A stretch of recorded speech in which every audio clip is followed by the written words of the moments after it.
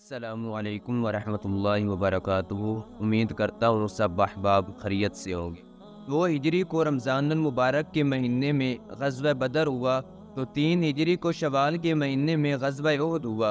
غزوہ بدر میں قریش کے 70 آدمی واصل جہنم ہوئے، ان میں ان کے بڑے بڑے 24 سردار بھی واصل جہنم ہوئے، اور کوئی قریش کا گھر ایسا نہیں تھا جن کا بھائی، جن کا بیٹا، جن کا باپ اس غزوہ بدر میں واصل جہنم نہ ہوا ہو۔ تو کفار مکہ کے دلوں میں انتقام کی آگ بھڑک رہی تھی، تو وہ مسلمانوں سے ان کا بدلہ لے کر اپنے انتقام کی آگ کو ٹھنڈا کرنا چاہتے تھے۔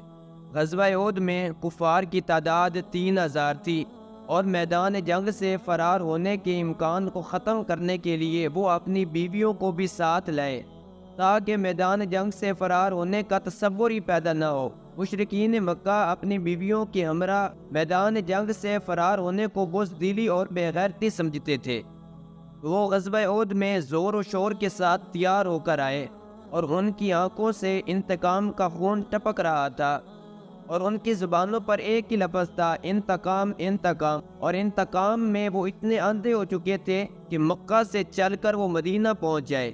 پہلے تو وہ غزوہ بدر تک پہنچے تھے، مگر اب وہ مکہ سے چل کر مدینہ پہنچ جائے تھے۔ تو سرکار صلی اللہ علیہ وآلہ وسلم آپ نے ارشاد فرمایا، اگر تم مناسب سمجھو تو ہم مدینہ شہر میں رہ کر ان سے مقابلہ کرتے ہیں کہ وہ کفار لوگ بہر ٹھہرے رہیں گے، جب وہ مدینہ شہر میں داخل ہوں گے تو ہم ان سے لڑائی کریں گے، اور عورتیں چھت سے ان پر پتھر برسائیں گی۔ تو صحابہ نے اس مشورے کو تسلیم کیا، اور عبداللہ بن ابی نے بھی اس مشورے کو پسند کیا، مگر جو نوجوان اور پرجوش صحابہ تھے وہ عرض کرنے لگے، یا رسول اللہ صلی اللہ علیہ وآلہ وسلم، اگر ہم مدینہ شہر میں رہ کر ان سے مقابلہ کریں گے تو وہ یہ سمجھیں گے کہ ہم ان سے ڈر گئے ہیں۔ جب سرکار صلی اللہ علیہ وآلہ وسلم آپ نے صحابہ کے اس جذبے کو دیکھا تو سرکار صلی اللہ علیہ وآلہ وسلم آپ نے ارشاد فرمایا، ٹھیک ہے، ہم بہر جا کر غزوہ احد میں ان کے ساتھ جنگ کریں گے۔ جب سرکار صلی اللہ علیہ وآلہ وسلم آپ میدان میں پہنچے تو سرکار صلی اللہ علیہ وآلہ وسلم آپ نے ارشاد فرمایا، کون ہے جو اس تلوار کا حق ادا کرے؟ تو حضرت ابو دجانہ رضی اللہ تعالی عنہ آپ عرض کرنے لگے، یا رسول اللہ صلی اللہ علیہ وآلہ وسلم، اس تلوار کا حق کیا ہے؟ تو سرکار صلی اللہ علیہ وآلہ وسلم آپ نے ارشاد فرمایا، اس تلوار کا حق یہ ہے کہ یہ تلوار پے در پہ چلتی رہے یہاں تک کہ یہ تلوار ٹیڑھی ہو جائے۔ حضرت ابو دجانہ رضی اللہ تعالی عنہ آپ عرض کرنے لگے، یا رسول اللہ صلی اللہ علیہ وآلہ وسلم، میں اس تلوار کا حق ادا کروں گا۔ تو سرکار صلی اللہ علیہ وآلہ وسلم آپ نے حضرت ابو دجانہ رضی اللہ تعالی عنہ آپ کو وہ تلوار عطا فرمائی۔ خیبر کے موقع پر سرکار صلی اللہ علیہ وآلہ وسلم آپ نے حضرت علی المرتضیٰ شیر خدا رضی اللہ تعالی عنہ آپ کو جھنڈا عطا فرمایا تھا، مگر غزوہ احد کے موقع پر سرکار صلی اللہ علیہ وآلہ وسلم آپ نے حضرت ابو دجانہ رضی اللہ تعالی عنہ آپ کو اپنی تلوار عطا فرمائی تھی۔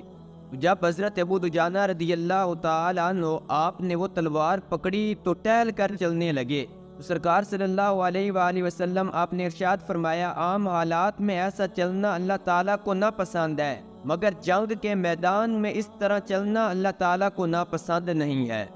تو حضرت ابو دجانہ رضی اللہ تعالی عنہ آپ کے پاس ایک سرخ کپڑا تھا، تو آپ نے اس کپڑے کو اپنے ماتھے پر باندھا، تو یہ اس چیز کی علامت تھی کہ اب دشمنان اسلام کی خیر نہیں ہے۔ تو حضرت ابو دجانہ رضی اللہ تعالی عنہ کفار کی صفوں میں داخل ہو گئے، اور جو بھی سامنے آتا آپ اس کو واصل جہنم کر دیتے۔